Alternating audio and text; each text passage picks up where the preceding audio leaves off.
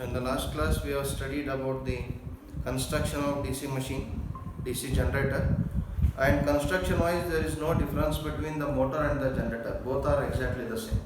Okay, so construction wise DC generator and DC motor both are one and the same. So whatever the construction we have studied yesterday, it is for both generator as well as motor. Okay, so in that part we have studied all the parts of the DC machine. Okay, what is stator, what is rotor, what are the parts of the stator, okay, what are the parts of the rotor, everything we have studied. So today we will start with the armature winding. Okay. Armature winding.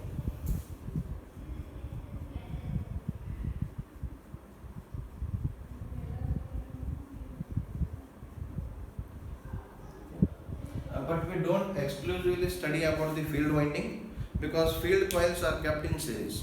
All the field coils in all the on all the poles are connected in series, but the care is taken in such a way that adjacent poles are wound with opposite direction of winding, so that they create opposite polarity. Okay, so that care is taken. That is the only thing that we need to take care. Okay, so armature winding is that part of the machine which will get the EMF induced in it by cutting the flux created by the poles. Okay, so before we exactly go into what armature winding is, we see certain terminologies, okay, which are useful for you. First one is conductor. Okay. This already we have seen briefly earlier, but still we look into it once again. Okay. So what is conductor? It is the individual wire existing in the armature slot.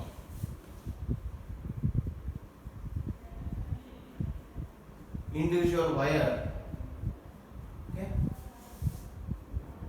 in armature slot.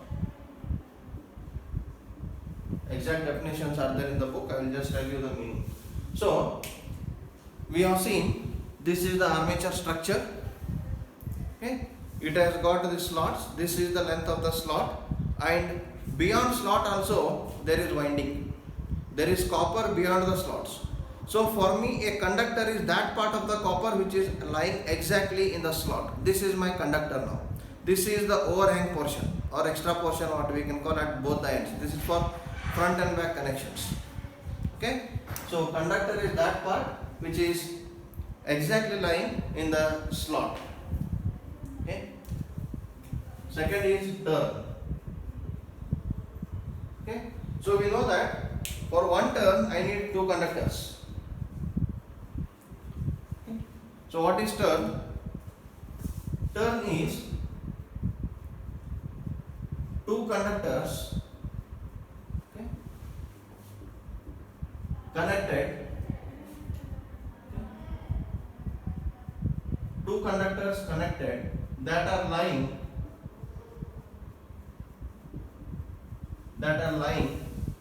in two different slots. That are lying in two different slots. One in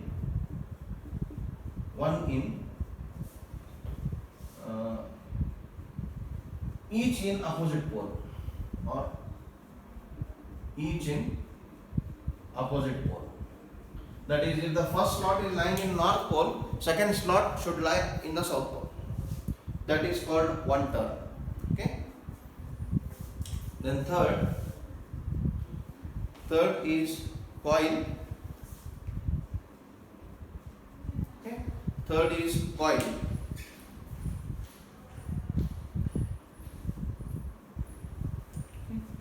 So this is connection of one or more turns into groups. Okay, connection of one or more turns into groups is called coil. Okay, So coil will contain of one or more number of turns connected in the form of groups. Okay. So that is called a coil. Fine. I will draw everything and I will show you once. So next is winding. It is connection of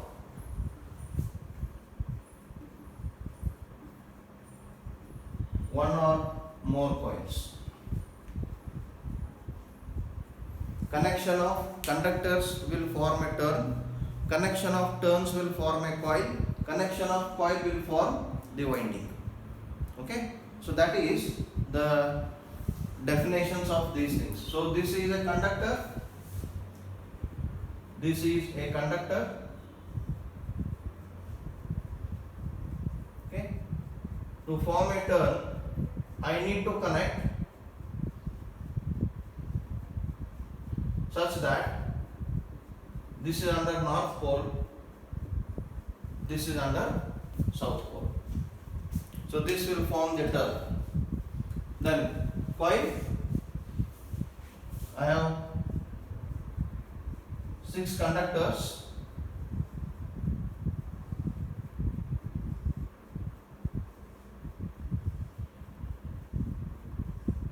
So all this will come under north pole, all this will come under south pole. So this is called the coil. If I connect such number of coils together, that will form the entire winding. So this armature is having such winding. So there are conductors in it, there are coils in it, there are turns in it. Entire connection has formed this in the form of winding. Okay. So this is the armature winding.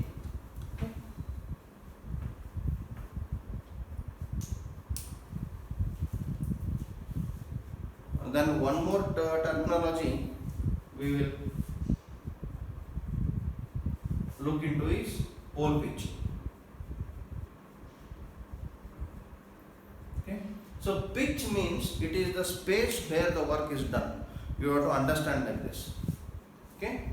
Pitch is the space in the machine where work is done. Pole pitch means what?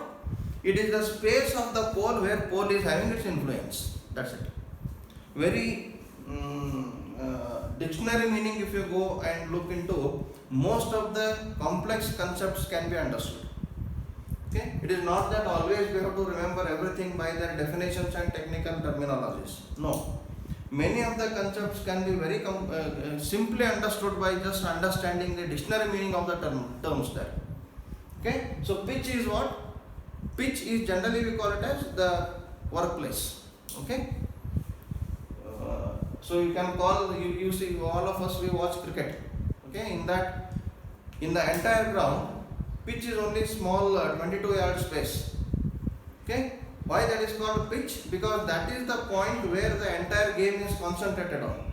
Fielders are simply the additional people where the work is going on in that 22-yard space. That is called as a pitch. Just for understanding, it is not the definition. Just for understanding. So pole pitch means what? You did not remember the definition. Pitch. It is the space where the work is being done. Pole pitch means what? It is the space where the work is being done by the pole. What is the work of the pole? To create magnetic flux. So pole pitch is what? It is the space of each pole where it is creating its magnetic field, or it is creating its influence. Okay. So what is that pitch? We define it by the distance between center of two adjacent poles. Pole pitch is distance between center of two adjacent poles. Distance between center of two adjacent poles. That is called pole pitch. Okay. Then one more definition we come across is coil pitch or coil span.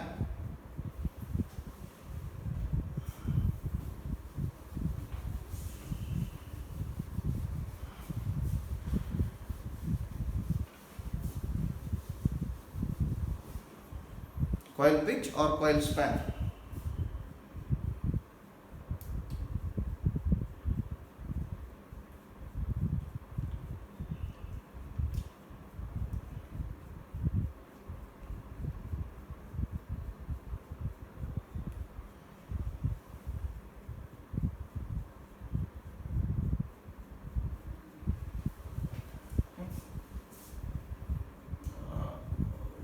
that we don't need. Let us not go into those details. We will stop here only to understand the type of winding we need that. Okay, I need not to go into that details and look into the matter. Now for this understanding of what is armature winding, this is sufficient for. Okay. Now armature windings in DC machines are of two types. Okay, these are of two types. One is lap winding. Okay. Second is wave winding.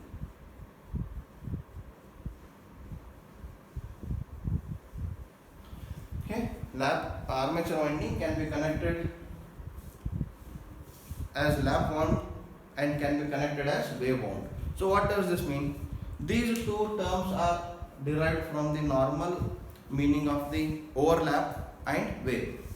Wave, it is, we know what is wave. It is a propagating signal or propagating physical quantity, that we call it as wave. Lap is nothing but overlap. Half of that overlap is taken. Overlap winding or lap winding or wave winding. So what does this mean is, okay, in lap winding, when winding progresses,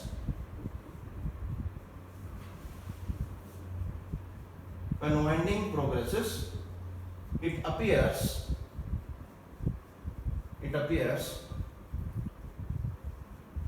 turns are overlapping on each other.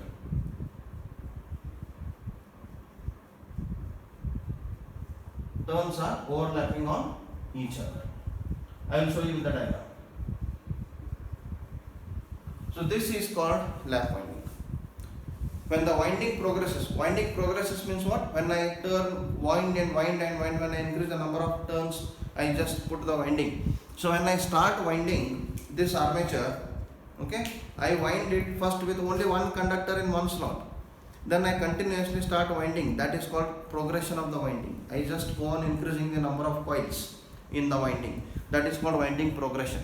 So as the winding progresses, it appears that the turns are overlapping on each other. Then what is wave winding? As winding progresses, it appears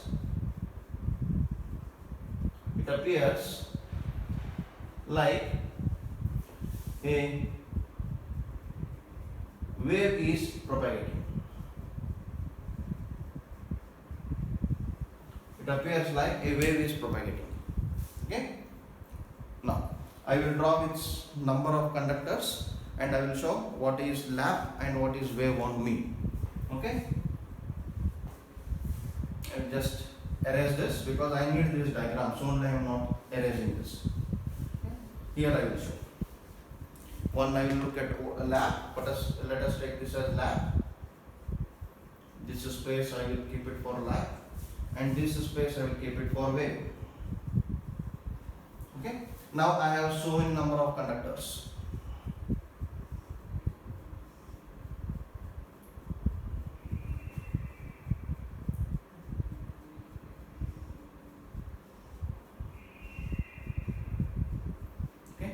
Suppose there are two poles in the machine, there are only two poles, okay, and I have 8 conductors. Okay, so let us assume that these first 4 conductors are under the north pole and next 4 conductors are under the south pole. Now if I have to connect the winding, okay, if I have to form the winding, then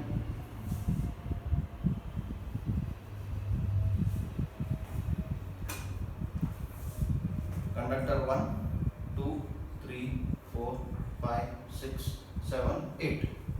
I have 8 conductors. I should form a coil such that one coil side should be under north pole, other coil side should be under south pole. Coil side is this. If this is a coil,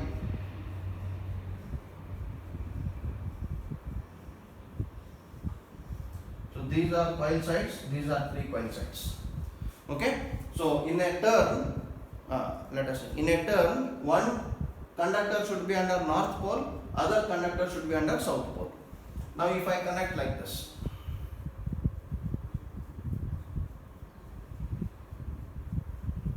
okay. Now it is coming back to the second conductor, it is going to sixth conductor, coming back to third conductor, it is going to seventh conductor, coming back to fourth conductor, it is going to eighth conductor, coming back to first conductor. Now can you observe windings are overlapping on each other? Okay, it is appearing that the 4, 5, 6, 7, 8 conductors are overlapping on 1, 2, 3, 4 conductors. So this kind of winding is called lap winding. This kind of winding is called lap winding. Now I have same 8 conductors. Conductor 1, conductor, I will draw 8 conductors first.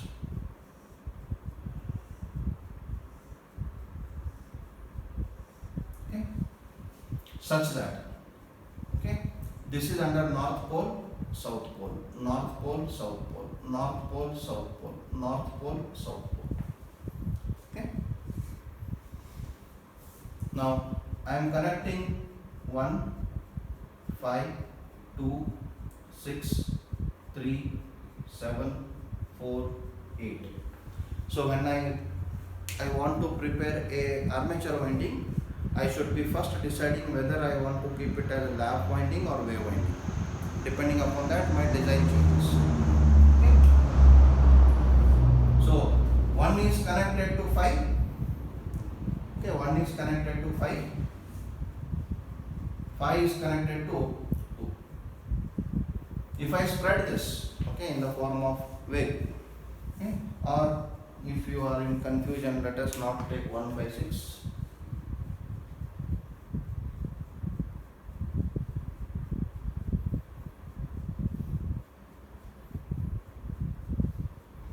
If I form the coils like this,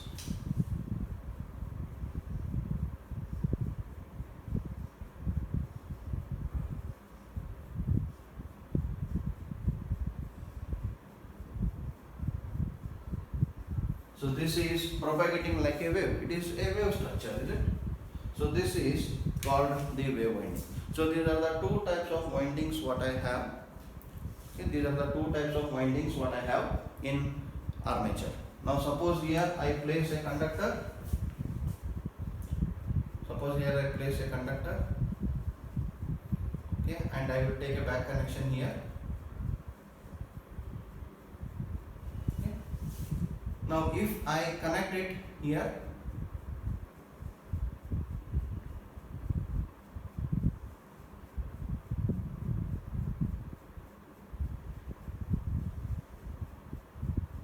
so this will form the lap winding.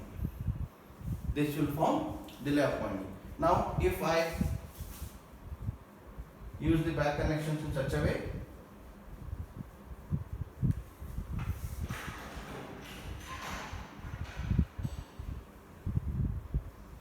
this will form the wave winding. It is not so simple to understand. It is just to it is not so simple to visualize, but it is just to make you understand how the lap wind wave coils are put into the armature slots. Okay, so I hope this is clear. I need not to come here again and show this. Okay, so this is lap winding, this is wave winding, and there are certain differences, okay, in lap wind wave winding that we look into the further point. And one more concept we come into, we get into the picture is called parallel paths. Okay, unlike the induction motors and synchronous generators, see, in synchronous generators and induction motors, all the conductors per phase are connected in series. All the conductors per phase are connected in series. Now suppose I have a 3-phase induction motor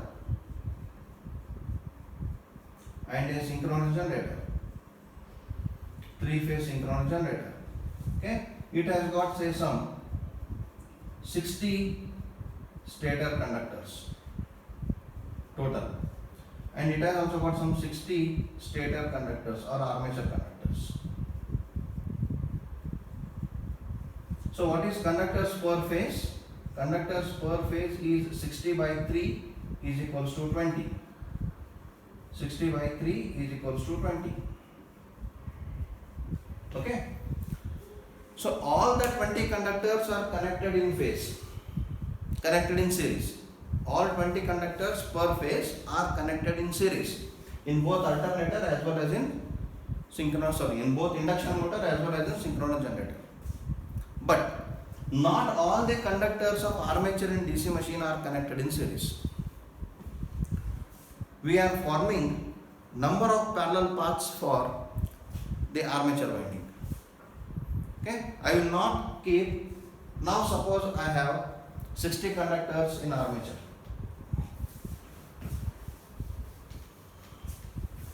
Now I have 60 armature conductors.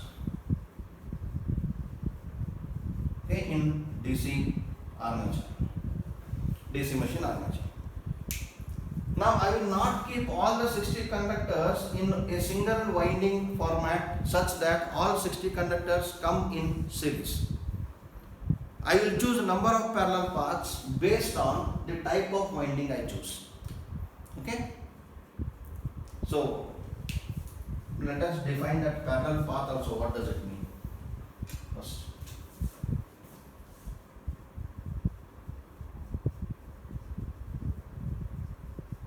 Parallel path of armature winding. Okay. So what is parallel path is?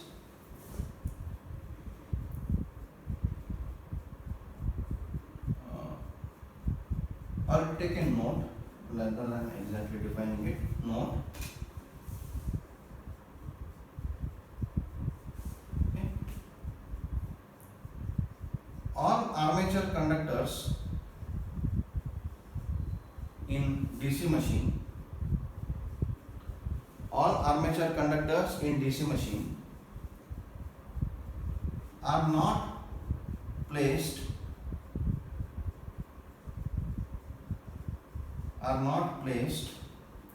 in series to form the armature winding.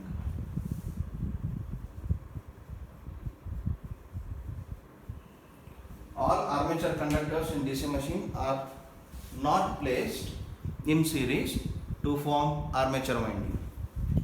Okay. Instead, they are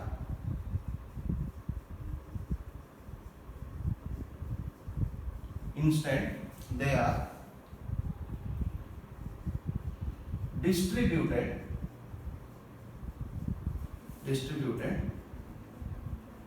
across parallel paths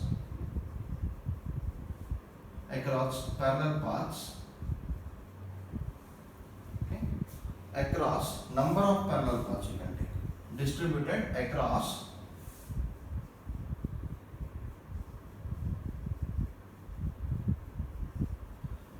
number of parallel paths,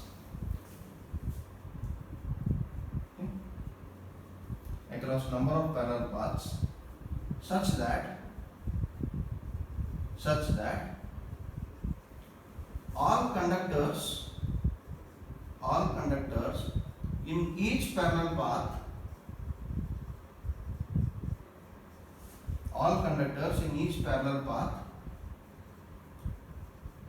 are connected in series.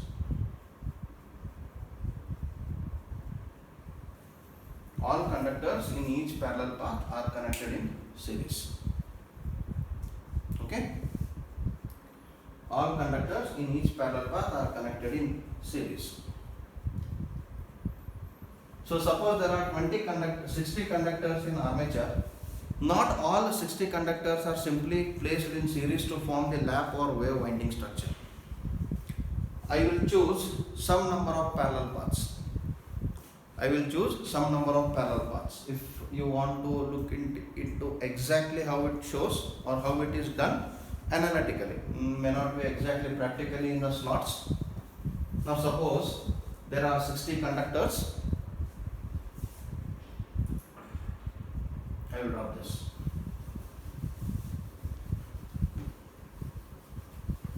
Because the concept of parallel path is very important in DC machine. Okay, so only I am taking a little extra time on this particular topic. Now suppose I have 60 conductors, 60 conductors in armature, and I have 4 parallel paths. Number of parallel paths to be considered are not arbitrary. If the winding I want to use is lap winding, then I can consider the number of parallel paths equal to the number of poles.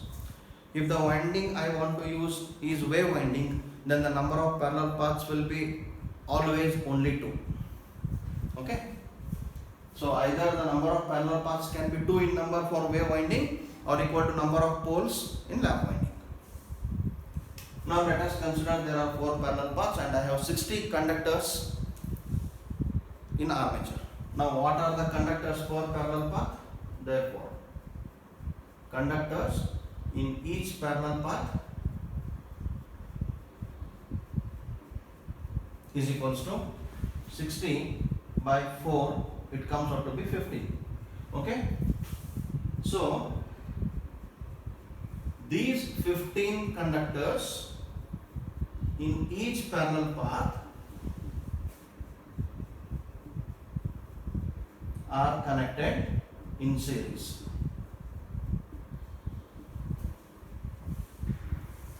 And this series combination of 15 conductors is connected in parallel. We'll see. Now there are 15 conductors.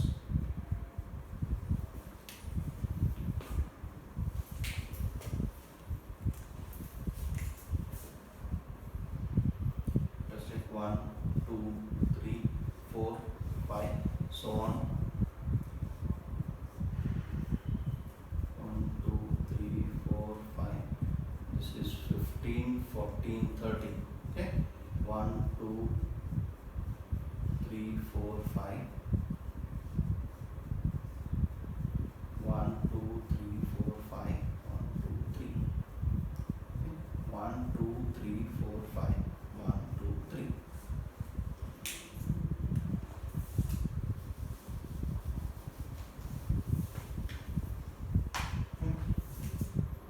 A little longer. Now I will choose lap winding because number of parallel paths are 4, more than 2. That is lap winding. Okay.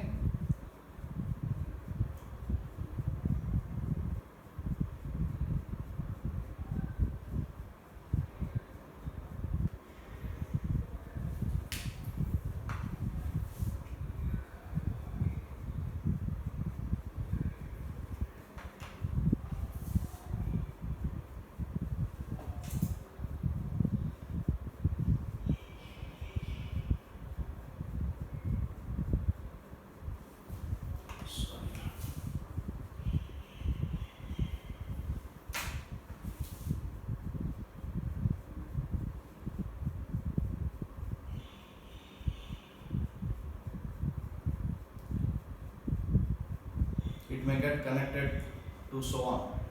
Okay, you just don't worry about that.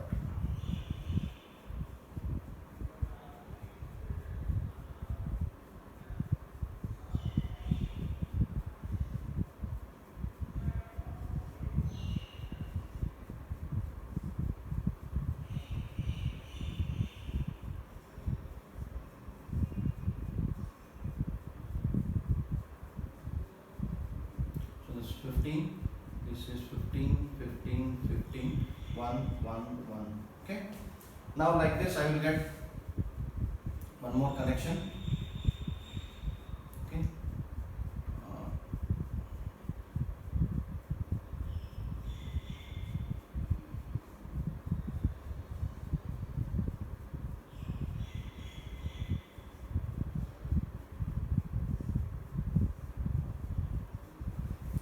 there is internal connections are there.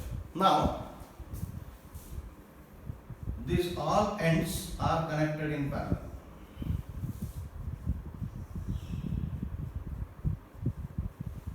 Okay, so there is all are connected in series. See whether lap or wound inside it is in series only. So if you observe, this is my armature winding. Okay, so there are 60 conductors. All 60 conductors are distributed in 4 parallel paths. So in each parallel path there are 15 conductors. So those 15 conductors are connected in lap because parallel paths are 4. If parallel paths are 2, then that is wave.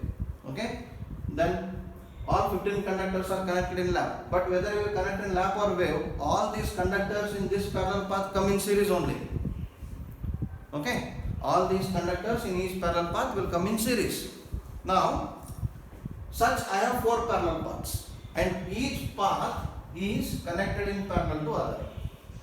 So this will be the winding, analytical winding structure of armature.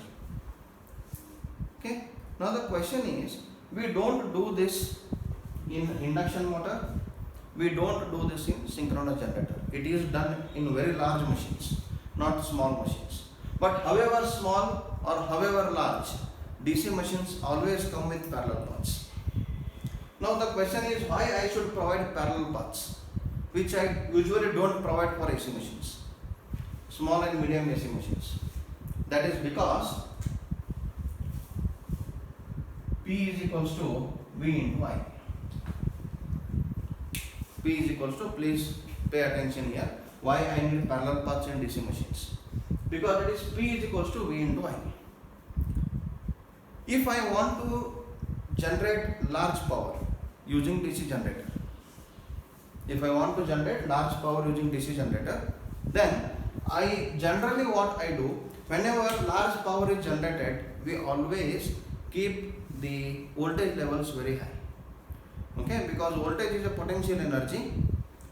If I keep potential energy very high, small amount of kinetic energy is sufficient for me to do the work. V is always potential energy, I is always kinetic energy. Okay, you can take analogous. Now generally large power generation, large power utilization is done at larger voltages.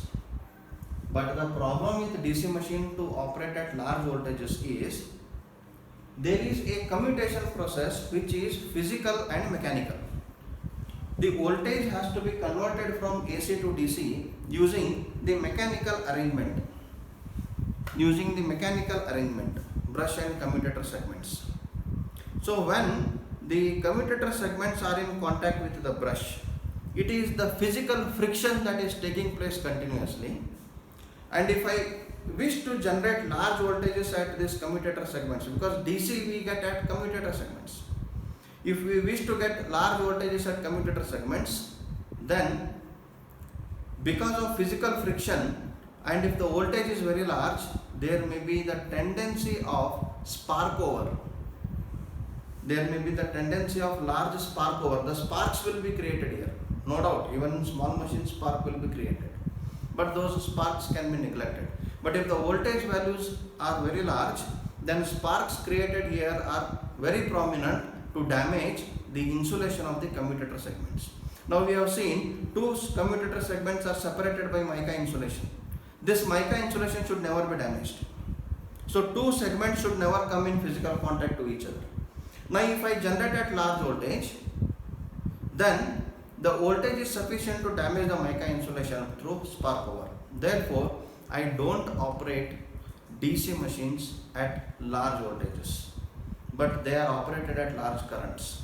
Now how I can have the current per conductor less? By keeping total current constant.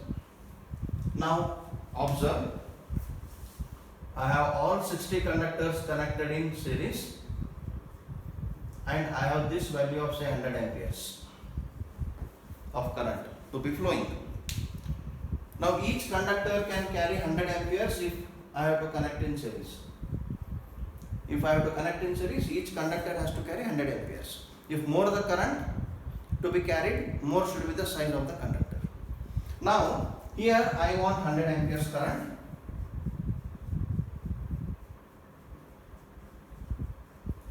But I don't want to connect all the conductors in series. Because if I connect in series, effective resistance of all the conductors will add up. The resistance will be very high. Copper losses in the machine will be very large. Voltage drop across the machine will be very large. But I want 100 amperes of current. So that my effective resistance will go down and conductor should be used of smaller size. Then this 60 conductors, I will just divide it into 4 parallel paths.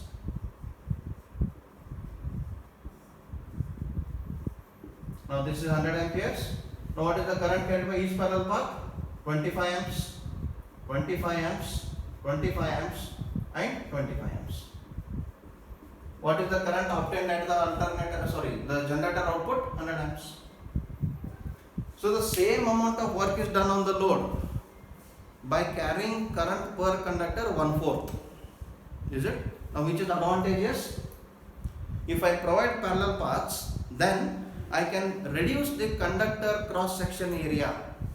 I can reduce the effective resistance. Now what is the effective resistance? Now let us consider one conductor is of 1 ohms. If I connect all the 60 conductors in series, my effective resistance of armature is 60 ohms.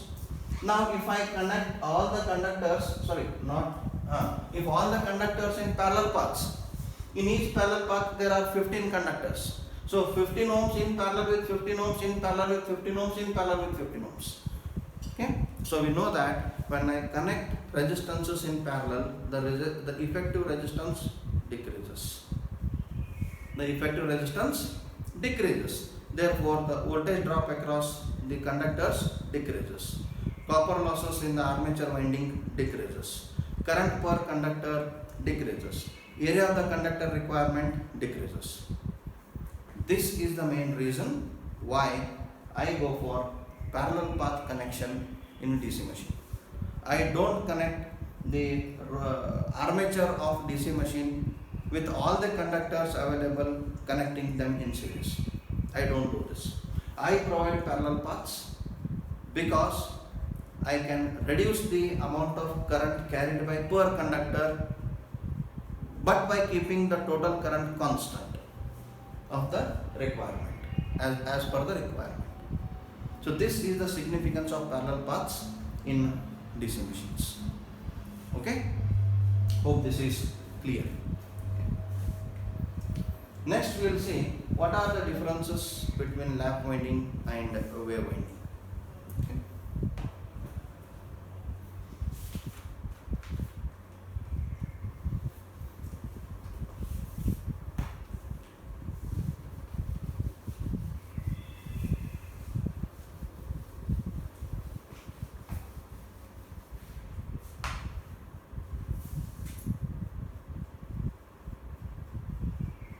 Lap winding and wave winding.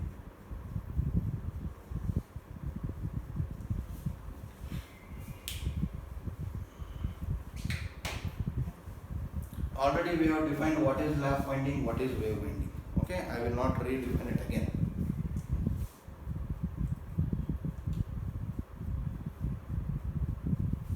So small difference. I will not go into the back pitch, front pitch and all.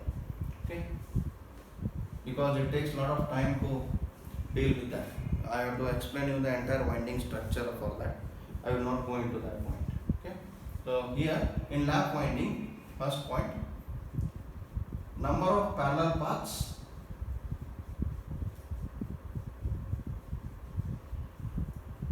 are equal to number of poles. So A is equals to P, where capital A in a DC machine is number of parallel paths. Okay, number of parallel paths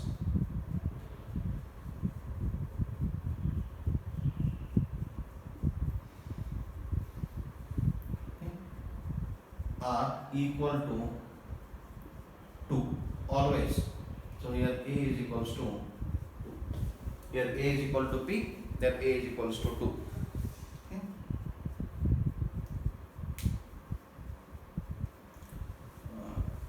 Lap winding is used. It is used for high power applications.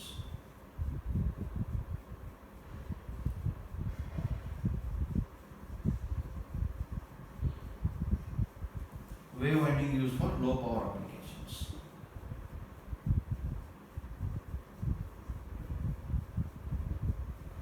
Okay. Very specifically to be told is with respect to the current values we talk. Okay. Lap winding is used if line current is greater than 400 amperes. See, if the line current is less than 400 amperes, I can use lap winding also. But wave winding strictly to be used if line current is less than or equal to 400 amperes. If line current of the machine, if the current rating of the machine is exceeding 400 amperes, then I will never use wave winding, because it will be uneconomic to use wave winding in the armature. But lap winding I can use for any rating. But if I use lap winding for lower size machines, then it becomes uneconomic. Lap winding is a bit costlier than wave winding, because when you see the entire winding structure, a lot of other connections are to be involved in the lap winding. Okay, so therefore lap winding is preferred for large machines, wave winding is preferred for small machines. Okay, so these are main differences what we can see. Other few points are there in the differences, you please go through that. Okay, because it takes a lot of time to explain all those things, which is also not completely necessary for you to understand. Okay. Next we will go for EMF equation of DC generator, which is important for us.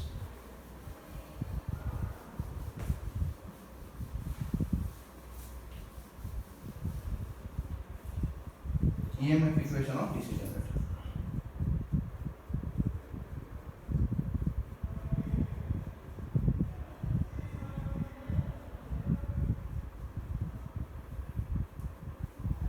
EMF equation of DC generator. Okay. So let us define certain things, or let us see certain notations what we will be using.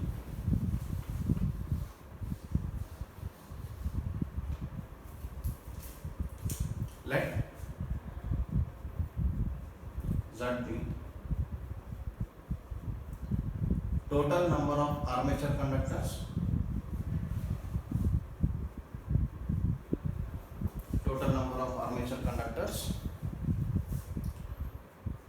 phi, flux per pole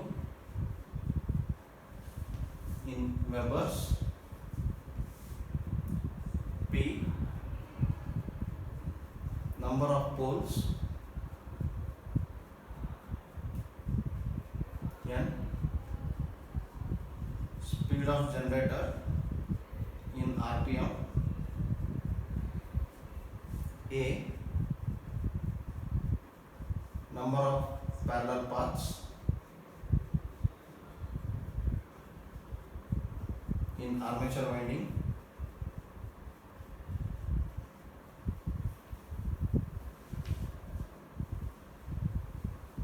okay. We know that there are in a DC machine,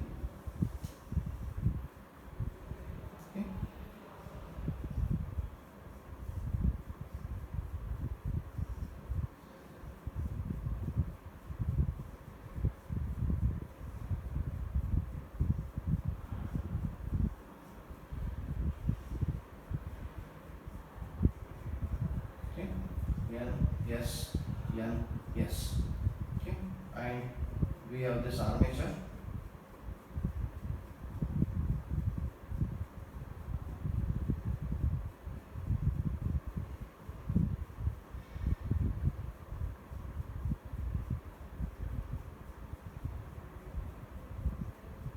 and we have these armature conductors.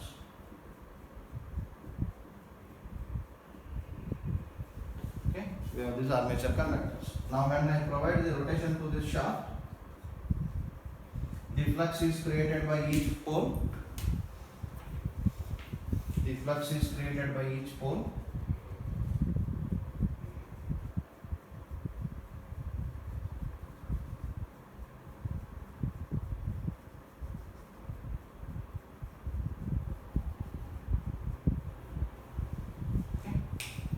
Now when I provide the rotation to the armature through external prime mover, each conductor will cut the flux. Now the flux produced by each pole is 5. This is 5, 5, 5 and 5. So one conductor, let us consider this one conductor. One conductor, when it rotates for one revolution, it is cutting the total flux created by the field system, that is poles. Okay. So as per the Faraday's law,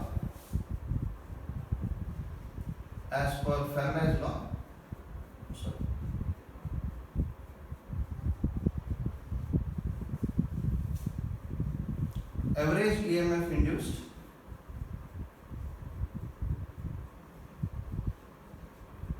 in each conductor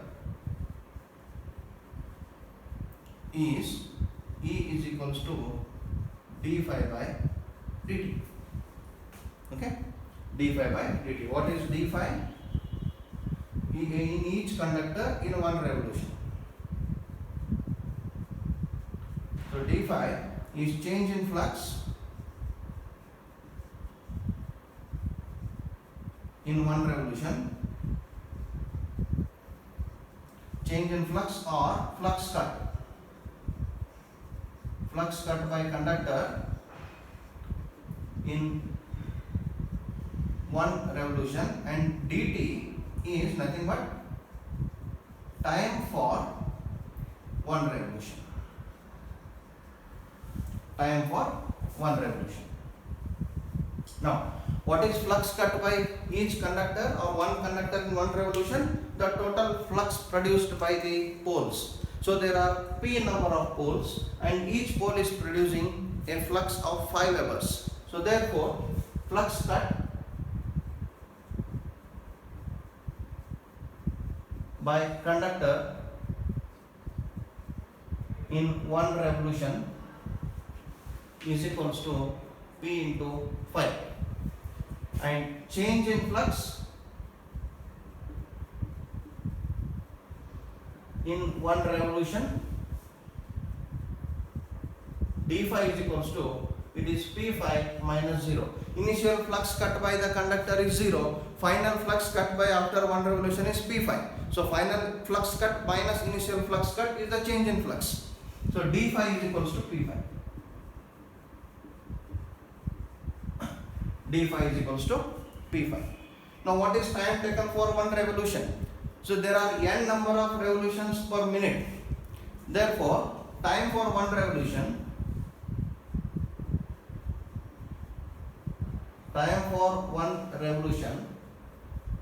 dt is equals to, it is 60 by n. Okay, it is 60 by n. Therefore EMF in one conductor, E is equals to, it is p phi divided by 60 by n, or p phi n by 60. Take this as equation 1. Now equation 1 gives the EMF induced in one conductor. EMF induced in one conductor. Now how many conductors are there in armature? There are Z number of conductors in armature. Okay. So what is the total EMF induced in armature? P phi n by 60 into Z. Okay. No. Why? Because these Z number of conductors are not connected in series. These are distributed in parallel paths. and conductors in each parallel path are connected in series. Okay. Now if you observe, like I told the previous case, 60 conductors. Now I have 60 conductors, 15 here, 15 here, 15 here, 15 here. Now these are connected in parallel. Now what I have found out this is P phi n by 60 is the EMF induced in one conductor. EMF induced in one conductor. Now what is the total EMF induced across this armature EA?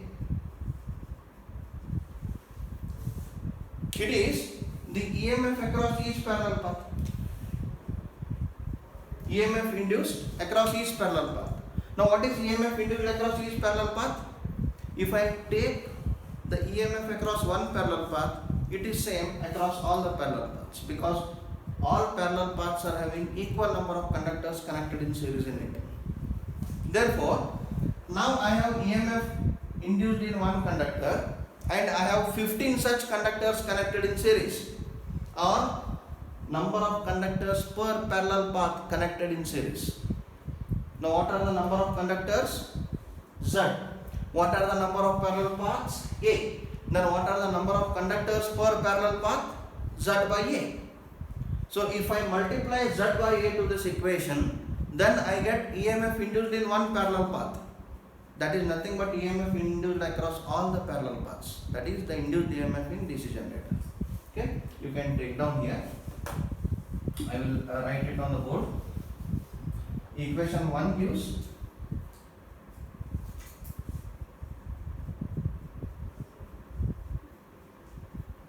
EMF induced in one conductor. Okay. We have Z armature conductors that are distributed in a number of parallel paths such that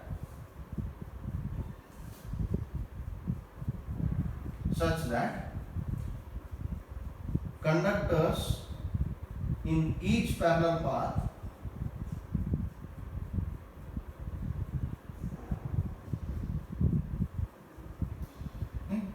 conductors in each parallel path, that is Z by A number of conductors,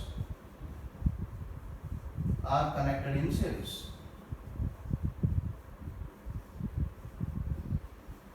Okay. Therefore, the EMF across each parallel path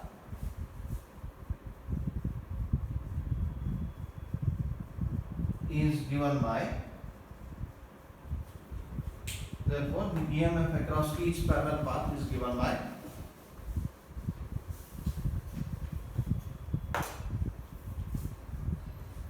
E is equals to what is that? P phi n by 60 into Z by A into Z by A. Okay. Since all parallel paths induce same EMF in them, and are parallel to each other,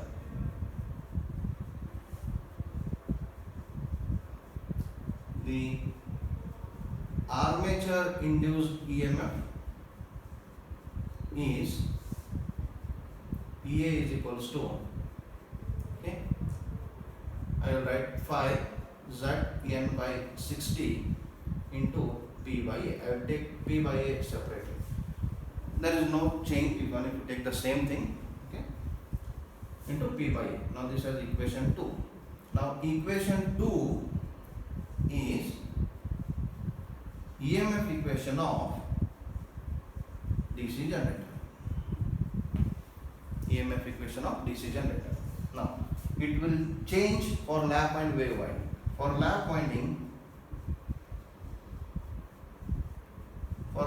lap winding, A is equals to P, therefore EA is equals to 5ZN by 60 into 1, okay, into 1. I will write this as same. For wave winding,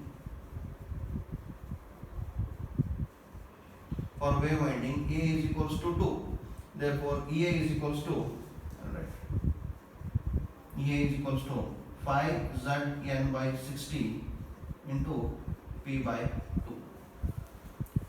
So this is the EMF equation of the DC generator. Okay. So this is all about the DC generator in today's session. In the next session, we will look into the DC generator when connected to load and what is the voltage equation of DC generator. This is EMF equation. EMF equation always give us the amount of EMF induced.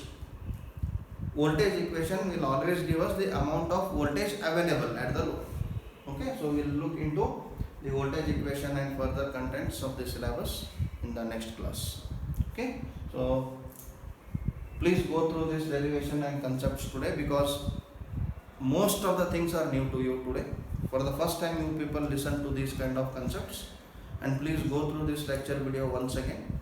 Get back to me if there are any doubts. Okay, so thank you for joining the class. We'll end here.